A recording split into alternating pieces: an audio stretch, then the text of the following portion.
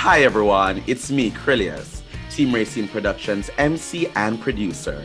And joining me today, we have our fabulous guests from the Routine Maintenance Podcast. And I'll give them the opportunity to introduce themselves. So go ahead.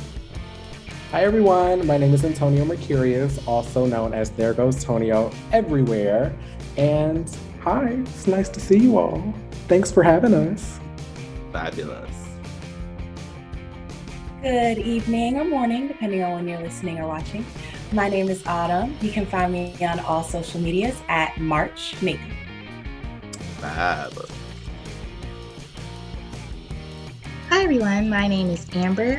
Feel free to follow me at BPimpin', and as an aspiring educator, also cash at me there as well. That's B as in the insect. Oh, love it. And I'm Wyatt Woodbury. You can follow me on all social media at Wyatt Has Spoken, PR, pop culture, that's my lane. So yeah, follow me, interact with me, all of that. Lovely, lovely, lovely. So let us get into it. First of all, I want to know, how did you four meet each other, get together, all of that to start doing this podcast? What is the history, of this little foursome here? I'll start. So it originally started off because during the pandemic, I noticed that there was a large gap in particularly Black queers talking about RuPaul's Drag Race. And so I was like, I would love to have a podcast where it's just a bunch of us sitting around talking our mess about RuPaul's Drag Race, reading it up and down. And then a lot of the civil unrest and protests started happening in DC and around the country and then eventually the world. And so we started to shift the way that we were viewing the podcast into something that became this kind of queer lifestyle, podcast show that we do every week. And lovely, lovely. And so you all knew each other before the podcast? Yeah, I've been close friends with Antonio and Amber, I would say probably since 2016-ish. And I've known Autumn, we went to high school together. So Autumn was when I bought in. I was like, come on, this is my friend, y'all. This is my friend. So I was like, Autumn came on, and I've known Autumn since, when was high school? 2014, 2013. So it's been a while. So yeah. Amazing, amazing. And so the four of you young Black queer, what really are your career, because you're in podcast now, so you're in media, so I'm assuming that media is what, many people, as well as I know Amber talked about teaching as well. So what are you guys looking forward to, and what are your passions as it has to do with, career goals? Well, as the odd one out, I think I can start. Just essentially using this platform to engage with other queer educators, just seeing the type of people that are tuning in and that are kind of hearing what we have to say and hearing their voices echoed in ours, I think is the most I want to gain from it. I hadn't really thought of a career outside of media until really doing this. And because when I hear that, I think in front of the camera. So now this has me thinking about the back end of things as far as PR aspect, which Wyatt has been so insightful. The actual coordination of things. So that's where I see myself, if anywhere, going. Anyone else? Similar to Amber, I actually want to be an educator. I'm still at school. If y'all listen to our podcast, I do make old jokes about my fellow podcast hosts because I'm always the baby of every friend group. So I try to reverse it on them. But I am in school. I'm an English major. I do plan on being an educator and professional developer. I want to write curriculum. I feel like curriculum in school is not inclusive. And as someone who is queer, who is Black, who comes from a few minorities, I would like to see that in education. That's my goal and my passion. Oh, that's amazing. That's amazing. Now, since you guys have started this podcast, especially, during the time of the pandemic, what has been some of the most fulfilling topics that you have covered that, every time you think about what you want this podcast to be remembered for, that comes to your mind first? For me, I would say it's a lot of the insightful conversations we've had about lifestyle itself.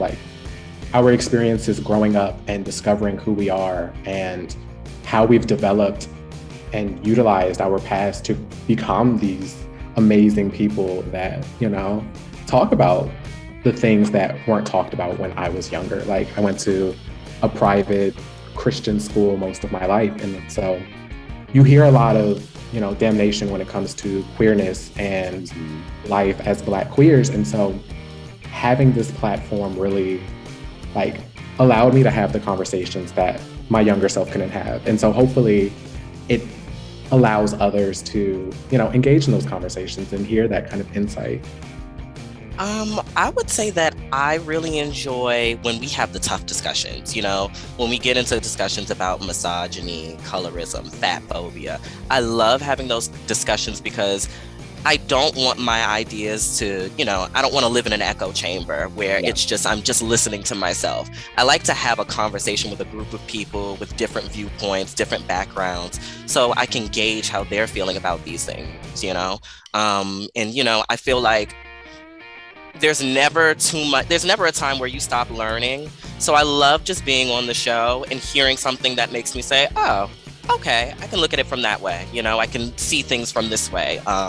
I feel like that's the most fulfilling, that I'm always just able to learn just with the discourse that we have. Mm-hmm. Awesome. And, you know, you guys discuss pop culture a lot. So for, you know, people who are watching this who've never listened to the podcast before, talk to me about some of the pop culture discussions you have, the shows you talk about, the people, the music, you know, whatever it may be, those kind of topics. What are some of your favorites that you've all delved into? I'd say we usually try to stay on top of current events, so that way when the discussion is flowing and people have their ideas, everyone gets heard.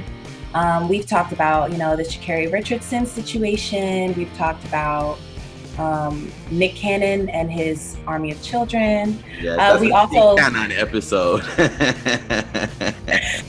We definitely get into heavier stuff sometimes, like Wyatt mentioned.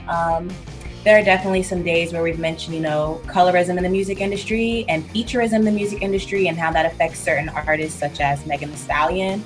And, you know, the misogynoir that comes from different situations like Megan Thee Stallion and perpetuates it. So we have our heavy topics and our fun topics that we usually try to stay on what's current. All right. Let's give the viewers a little taste of the podcast. I want to throw out something right now, something that's very current, and that's this DaBaby situation. I just want to hear everyone's thoughts on this. Like, what's the tea? Everyone, you know, just give me something. It's time to slander. Okay, Let's go. let's get into it. It's time to slander because first of all, it's very aggravating that it's clear that DaBaby, like, he's only doing this because he wants to spite Meg Thee Stallion. Bringing somebody on stage knowing after having an exchange the way that y'all did on social media, you just wanted to get under someone's skin. And on top of that, that person was spewing all different types of homophobia, all different types of, it was just nasty today. Misogyny, homophobia. He hit all the marks of a trash. Can I curse on here? Yes, you can. As a trash nigga. I've never and then people had the nerve to say that we can't call him short. I'm like, he is a horrendous person. And calling him short, Eugenics. I'm like, if calling him short is the end all be all, and if I'm problematic for saying that, damn it, I'm gonna have to be problematic today because he's a horrendous person and I know that hurts his feelings. So blue. Go ahead, Autumn, because I have a blurb. Okay, mine is a little shorter. My biggest issue is that I very vividly recall months ago when DaBaby and Tory Lanez were teasing a music video together. Megan went out of her way to defend DaBaby and say, the song is old, y'all. He didn't know that this happened when they made it. He's recording his stuff. You know how artist timelines go. Everything doesn't happen overnight. Went out of her way to defend him for him to be goofy. Like, there's no other word for it besides goofy. And I remember stuff like that. And if y'all ever want to tune in to routine maintenance and listen to some old episodes, you gonna know I ride hard from Miss Meg. Yes. I ride hard from Miss Meg. You could go ahead, Amber girl. Okay, so the one thing from this day specifically that was running through my head is there used to be a point in time with hip hop And it might be the boom bap, days. But there was a point in time where men prided themselves on being men in a sense of honor, respect, dignity, integrity. And that has flown out the window completely in so many aspects, to the point to where you have two little grown men on stage gallivanting about abusing and tormenting a Black woman. Let's start there. That's the bare minimum. Aside from all the other just disgusting things that were said and done, they're literally reveling in the fact that they hurt this Black girl. And it does not make any sense to me. And it'd be one thing if this was like, Nicki Minaj bringing out somebody that was beefing with Cardi, or, I don't know who's beefing, Doobie-Doo and Doobie-Da. But for this to be two grown men reveling in the abuse of a woman, and to be Black folks at that, it's disgusting. And I need there to be some type of bar, because I know we always joke about it being in hell and these niggas don't expect anything, but there has to be a point where we, as like a group of people, a monolith, if you will, start beating these niggas' asses. Like, I'm sick of it. We have to draw the line. It is one thing to just be a gross jerk like 50 Cent, who we expect you to be trifling and disgusting, but to be blatantly homophobic, just disgusting towards our brothers and sisters with HIV, to just be a gross individual. You get no passes from me anymore. You never got one, but you damn sure don't need that.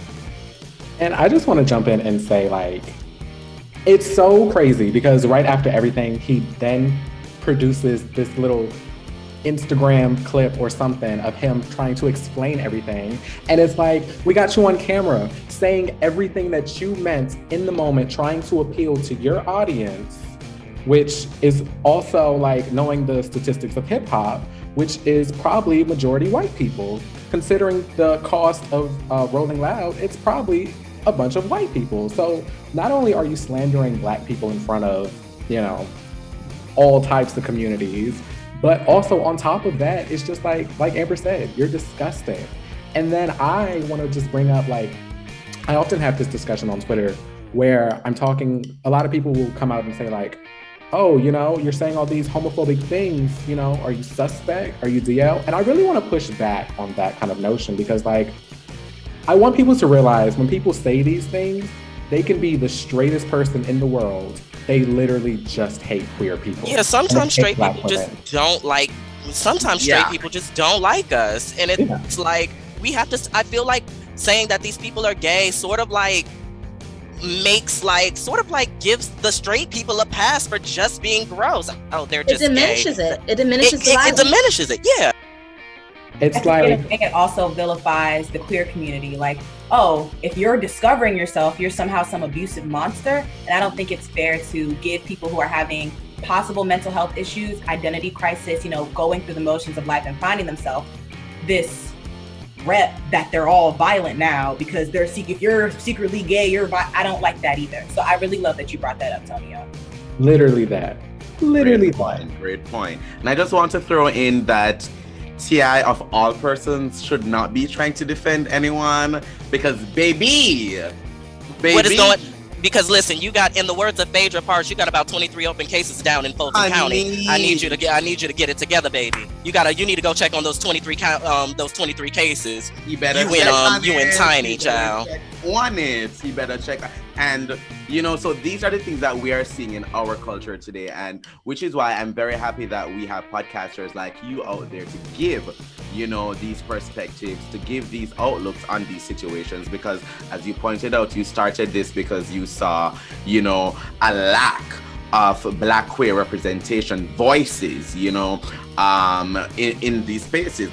As you pointed out, it started with RuPaul's Drag Race. And since I did bring that up, I just want to throw it out there. Who are you rooting for to win All-Star 6 this season? I am Team Raja O'Hara. This is Raja O'Hara's stan account. She needs to go all the way, take home the money, win the crown.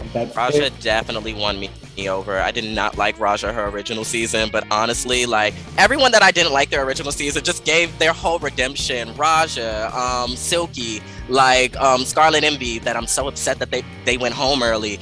But they really, like, I love them now. And their original seasons, I was like, not my cup of tea, but they're bringing it. I'm here for it. Love it, love it, love it. All right. Anybody else want to say who they're rooting for? If y'all could just provide me with an update, my Paramount Plus is a little behind. If Trinity is still in the competition, I am rooting for her. And she's doing fabulously well. She's doing really good. Okay, call me crazy, but actually stopped watching RuPaul's Drag Race. One of my trans women friends was mentioning to me some of the politics about how RuPaul feels about trans women versus drag queens. And that really left a bad taste in my mouth. So I just not watched. And then hearing that, I remembered how Monica Beverly Hills was treated on her season. And that was, I believe, in my opinion, I could be wrong, fact check me, the first time that they even talked about trans women like on the show, for real. The first time was Kylie Sonique Love on season 2. She came out on the reunion as a trans woman. Yeah, I will say the show has evolved over time with its treatment of trans people. Especially they changed the theme song. They changed some of many of the catchphrases.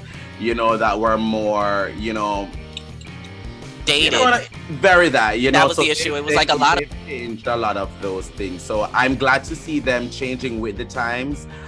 There's a lot of notions that older people have that take time to change. And RuPaul is 60 years old. So I will say when I heard his statements, I think it was in 2017 the first time, or 2018, I was taken aback as well. And I guess it's because of how the show started. The show started as a parody of reality competition shows, and it was all about the transformation from man to woman. That is what the basis was on. And over time, it's like, or it can just be about drag, you know what I mean, and the expression of all drag artists.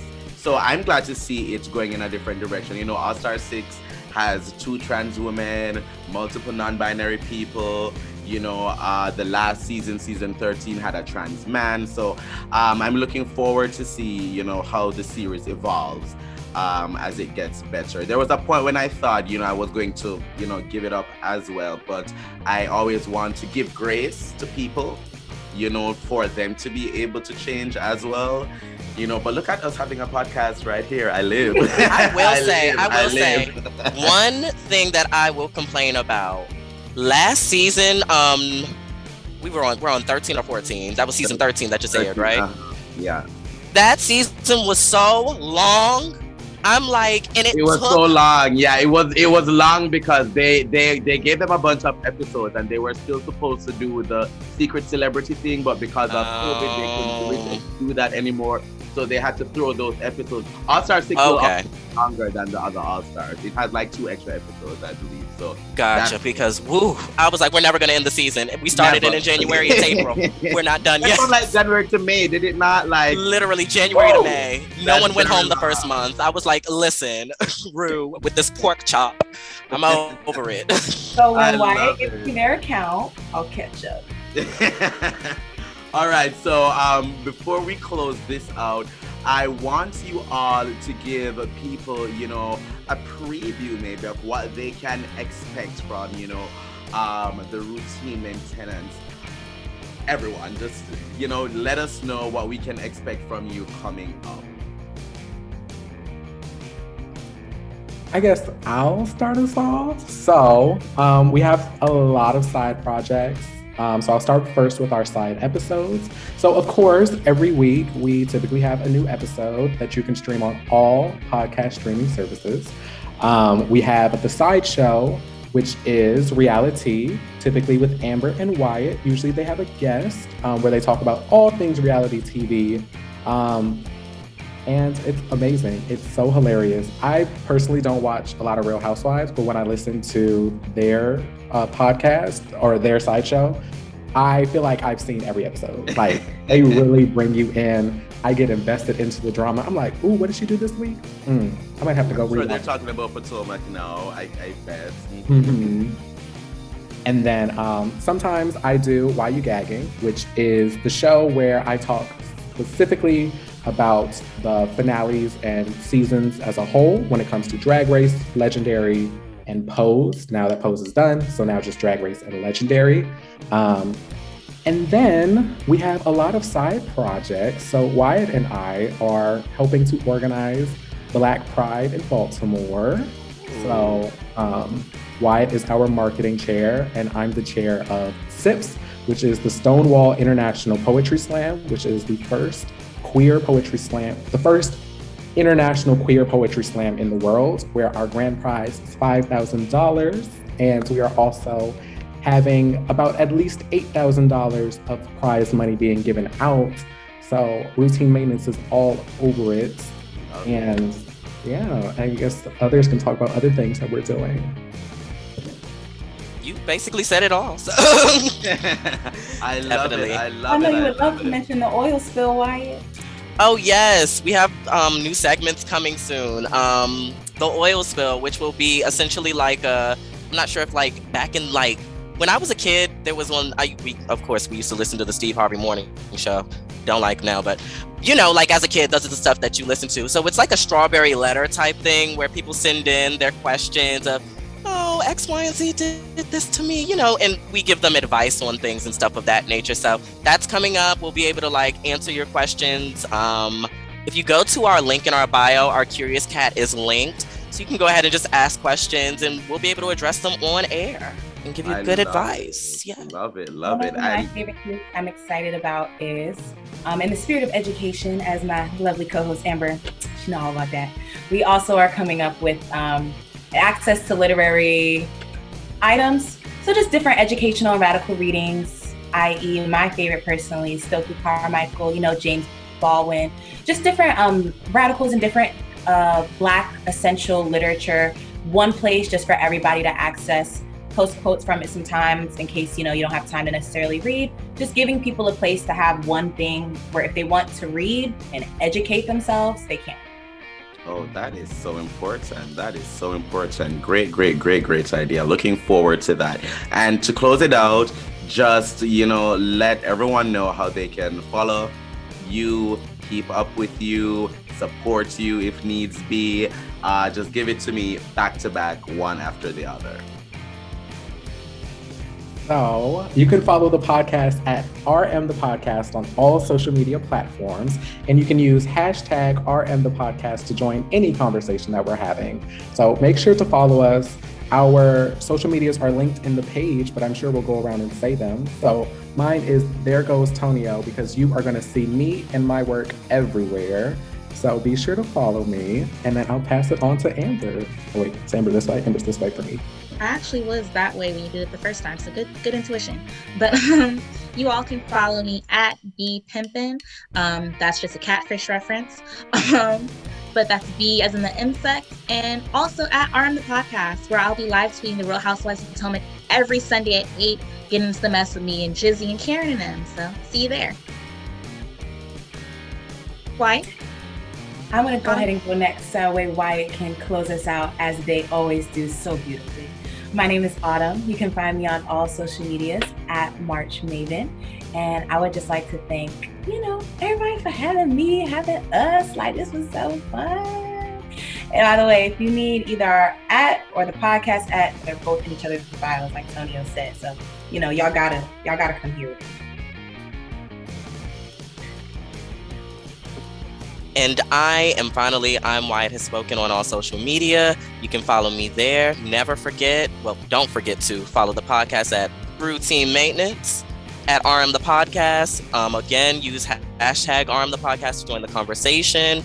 I want to thank you so much for having us. This was such speechless. I love it. Love it. And thank you all for joining me today. It has been such a pleasure. I'm so glad that your voices are here for us. You are lights within our community. And the more of us we have out there, honey, the more we take over. So I love it. Thank you all so much. And to our viewers, thank you for watching. Bye, everyone. We thank our production sponsors, Whitman Walker Health. For for their continued support of Team Rayceen Productions. And don't forget to like, comment, share, and subscribe.